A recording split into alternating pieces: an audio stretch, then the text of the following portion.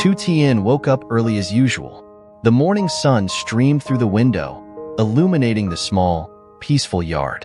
As Tu began sweeping the fallen leaves from the old mango tree, the quiet countryside seemed to offer her a rare sense of peace. However, her tranquil morning was interrupted by the sound of a car pulling up at her gate. A shiny, luxurious car stopped in front of her modest home, and Tu couldn't help but feel a wave of surprise. Cars like that were rare in her small village. A tall, well-dressed man stepped out, elegant and poised. It was the CEO Tu had helped a few weeks ago when he had been injured in an accident. At the time, Tu hadn't thought twice about calling for help to get him to the hospital. Now, seeing him here, she was taken aback. "Miss Tu Tien?" the man spoke, his deep voice laced with gratitude. "Yes, that's me," she replied, still trying to process his sudden appearance. "I'm the person you helped during the accident. I came here to thank you personally," he said with a warm smile that reached his sincere eyes. Tu felt a little flustered, waving her hand modestly. "There's no need for that. It was just a small act of kindness."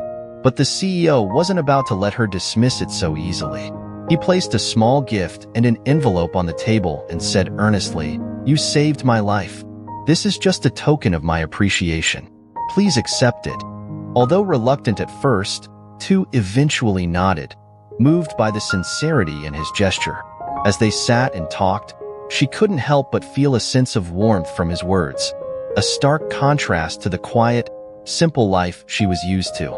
In his spacious, modern office days earlier, the CEO had been preoccupied, recalling the day of the accident. Despite his busy schedule as the head of the largest construction corporation in the country, he couldn't forget Tu Tien's bravery. To him, she was a mystery, someone who had entered his life in an unexpected yet significant way. "Find me the address of a girl named Tu Tien," he instructed his assistant Min. "She's the one who saved me during the accident." Min, efficient as always, quickly located the information. With her help, the CEO made his way to Tu's small village. Meanwhile, life in the countryside continued at its usual pace. Tu spent her days cleaning the house, tending the garden, and completing her daily chores. Yet, despite the simplicity of her life, her thoughts often wandered to the man she had helped. She didn't think of herself as special. To her, it had merely been the right thing to do. When the CEO's car finally arrived, Tu was both surprised and a little uneasy. "You're the man I saved?" she asked hesitantly. "Yes, and I owe you my life," he replied, his tone serious yet kind. Tu blushed and shook her head. It was nothing. Anyone would have done the same. But the CEO's gratitude was unwavering. "Don't say that. You deserve my thanks."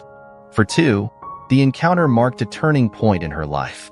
Although she never sought recognition, this moment of kindness had unexpectedly opened a door to new possibilities and connections.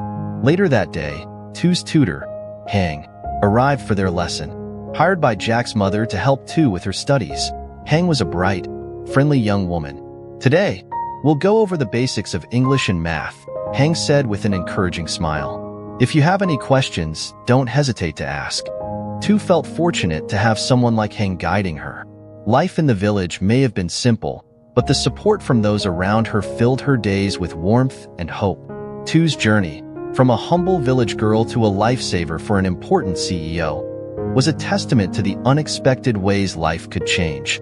Her sincerity and kindness not only altered her own path, but also inspired those around her.